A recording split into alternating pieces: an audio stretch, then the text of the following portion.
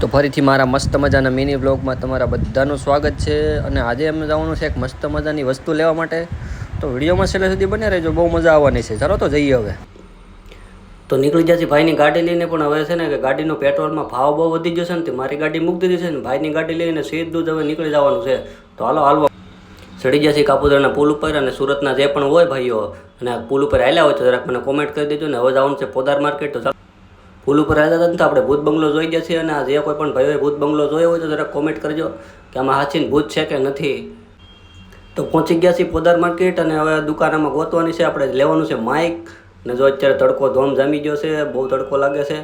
એટલે હાલો ફટાફટ જઈએ અને એસીવાળી દુકાન હોય ને એવી ગોતી. હાલો તો આપણે મસ્ત મજાના માઇક જોયા છે ને માઇકનું આપણે ટેસ્ટિંગ કરી રહ્યા છીએ કે કેવું વાગે છે. આ છે દુકાન, મસ્ત મજાની કવર ને બધું મળી રહે. તો માઇક લીધા છે.